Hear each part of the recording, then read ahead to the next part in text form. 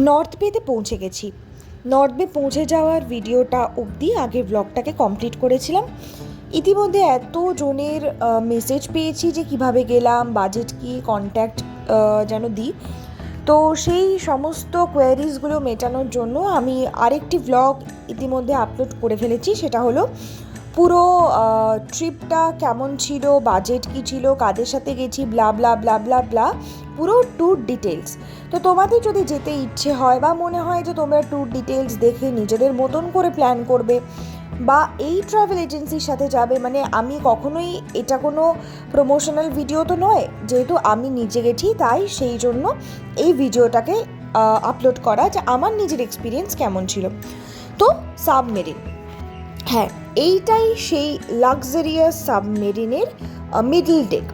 তো লোয়ার পোর্শনটাতে গেলে সাবমেরিনের যেই ব্যাপারটা সেটা দেখতে পাবো, আর আপারে গেলে সেখানে নাচ, ওই একটা ডিজে সিস্টেম আছে, নাচ করতে পারবো। আর পুরো একদম একদম এক আকাশ নিচে একদম সমুদ্র হিমাচল দেখতে পাওয়ার মতন দৃশ্য দেখতে পাওয়া যাবে। তো প্রথমে আমাদেরকে বলা হয় মিডল ডেকে বসতে, সেখানে ওয়েলকাম ড্রিঙ্কস দেওয়া হবে। তো শুধু তো আর আমরা ওয়েলকাম ড্রিঙ্কসের জন্য এখানে বসিনি, আমরা ছবি তুলতে বসেছিলাম। আর এদের ভেতরে যে খাবার দাবারের যা যা অ্যারেঞ্জমেন্ট ছিল বা যা যা পাওয়া যাচ্ছিল রেস্টুরেন্টে, এক্সট্রিম প্রাইস, মানে ওগুলো যাই হোক আর কি, কারোর মনে হতে পারে ঠিকঠাক, কিন্তু আমার মনে হয়নি। তো হঠাৎ করে একটা পার্টিকুলার টাইমে আমাদেরকে বলা হয় যে এবার তোমরা লোয়ার ডেকে চলে যাও, সেখানে এখন সাবমেরিনের জন্য তোমরা যেটা দেখতে এসছো সেটার জন্য এবার নিচের ডেকে যাও। তো সেই সিঁড়িগুলো ভীষণ রকমের খাড়া খাড়া ছিল, মানে একটা সিঁড়িতে পা দিলে আরেকটা সিঁড়ি মানে একদম গায়ে গায়ে গায়ে গায়ে। তো বুনু এরকমভাবে পাশ কাটিয়ে যথারীতি একদম দৌড়ে দৌড়ে নিচে চলে গেছিলাম। এবং আমরা ওই ঘুরতে গিয়ে এক্সাইটমেন্ট থাকবে না সেটা কি হয়, প্রত্যেকটা জিনিসের জন্য আমরা ইকুয়ালি এক্সাইটেড ছিলাম। দেখো না, বুনুর মুখের এক্সাইটমেন্ট দেখেই বুঝতে পারবে যে আমরা এক্সাইটেড ছিলাম। কিন্তু পুরো জিনিসটা দেখার পরে তখন মনে হয়েছিল যে মানে মেরিন লাইফটা আমরা অতটা দেখতে পারিনি, কিন্তু তাও যেটা যেটা সেটার সেটা সব কিছু নিয়ে খুঁতখুত করে তো লাভ নেই। তো হ্যাঁ, চলো মেরিন লাইফটা আমাদের সাথে ঘুরে ঘুরে তোমরাও দেখো। যেটুকুনি দেখতে পেয়েছিলাম সেইটুকুই। আর এখানে যে আলোটা ছিল সেখানে আমাদের মুখ চোখ একদম কেমন বেগুনি হয়ে গেছিলো, মানে পিঙ্কিশ যে কোনো কালার বেগুনিতে কনভার্ট হয়ে গেছিলো। তো এই পার্টিকুলার মানে মাছটাই আমরা দেখতে পেয়েছিলাম। আর কোরাল দেখতে পেলেও সেটা না, মানে মোবাইলে তো কোনো রকমভাবেই ক্যাপচার করার মতন নয়, কারণ জিনিসটা একদমই মানে ক্ল্যারিটি ছিল না, ভিজিবিলিটি মানে অনেকটাই পুয়ার ছিল। তো যেটুকুন দেখতে পেয়েছি সেইটুকুনি দেখো তোমরা আমাদের সাথে।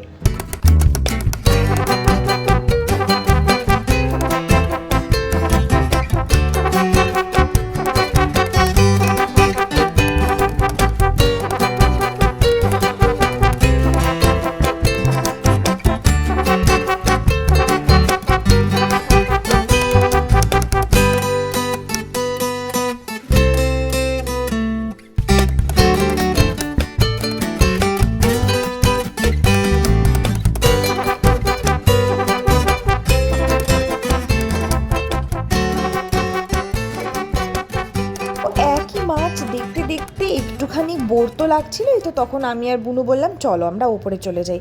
আর আমরা ওপরের ব্যাপারটা জানতাম না।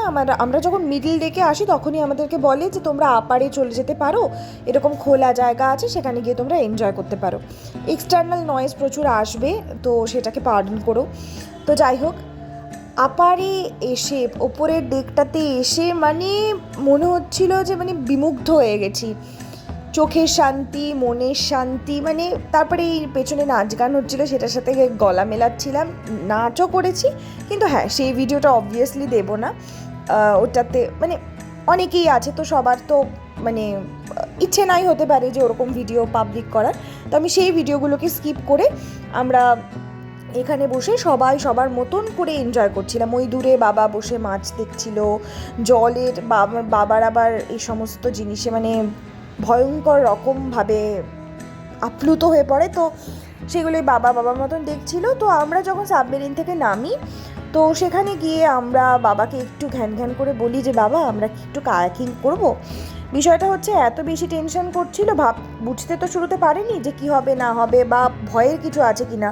কারণ খুব স্বাভাবিকভাবেই দূরে গিয়ে যদি কোনো ঝামেলায় পড়ি বা অঘটন বাই চান্স কিছু ঘটে, কারণ অ্যাক্সিডেন্ট তো আর কারো বলে কয়ে আসে না, তো আমরা সেটাই অনেক ভালো মতন করে কনভিন্স করি যে দেখো আমরা যে দাঁড়িয়ে আছি এখানেও তো কিছু হতে পারে, পা ভেঙে যেতে পারে, মাথার মধ্যে একটা ডাব পড়লো, মাথা ফেটে যেতে পারে, অনেক কিছু হতে পারে। তো এই সমস্ত ভুলভাল ভুজুং ভাজুং দিয়ে যা হয় বাঙালি বাড়িতে। তারপরে যাই হোক, বেশি বেশি আমাদেরকে এরকম না যে বিশাল ভুজুং ভাজুং দিতে হয়েছে। বাবাও যিনি নিয়ে যাচ্ছেন এই লাল জামা পরা কাকু, আমি সরি এরকম লাল জামা নীল জামা করে বলতে হচ্ছে কারণ আমি তো ওনাদের নাম জানি না। তো উনি আমাদের পার্টিকুলার জায়গায় নিয়ে যান, বললো যে গ্লাস বোর্ড যেহেতু দুটোই আছে, একটা গ্লাস বোর্ড ফিরলে তারপরে তোমাদেরকে প্রপারলি দেখিয়ে দেওয়া হবে কীভাবে কী করতে হয়, কীভাবে কী মানে প্রসিড করতে হয়, দিয়ে তারপরে শুরু করতে হবে। তো চলো।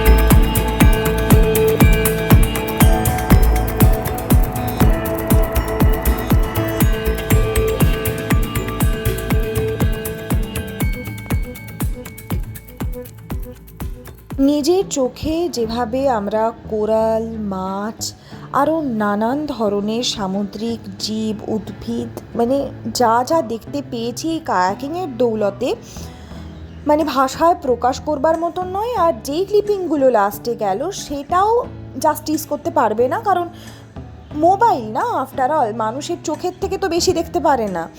তো মানে অদ্ভুত সুন্দর জিনিস দেখেছি। আর এটার প্রাইসটাও তুলনামূলকভাবে কম, পার হেড আমাদের বললাম যেটা 1500-র মতন করে পড়েছিল, যেটাকে বার্গেনিং করে কমানো হয়। এই সমুদ্র, হিমাচল, নীল জল আর দূর থেকে দেখতে পাওয়া ওই আইল্যান্ডগুলো সারা জীবন মনে থাকবে।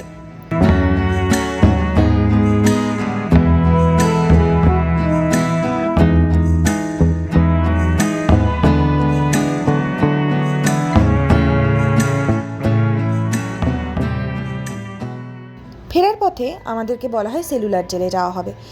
এই সময়টা হয়ে গেছিল ভীষণ রকমের প্যাথেটিক এবং হেকটিক, কারণ এত বেশি রোদের তাপ, সারাদিন এত কিছু করেছি, এ প্রান্ত ও প্রান্ত সে প্রান্ত। হ্যাঁ, নিজেরা ডিঙি চালিয়ে যায়নি সেটা আলাদা ব্যাপার, তাও না শরীর দিচ্ছিল না। আর সেলুলার জেলে বসে আমি কোনো ভিডিও সেরকমভাবে নিইনি, শুধুমাত্র ভ্লগের দৌলতে 1-2 ক্লিপিংসই নিয়েছি। আজকের মতন এই পর্যন্তই রইল। পুরো ভিডিওটা কেমন লাগলো পোর্ট ব্লেয়ার অবধি, আজকের এই ভিডিওটা কেমন লাগলো জানিও, এবং পোর্ট ব্লেয়ার অবধি ভিডিও এই পর্যন্তই রইল। আবার আসবো ফিরে হ্যাভলক আর নেইল ঘুরে, ততক্ষণ সাথে থেকো।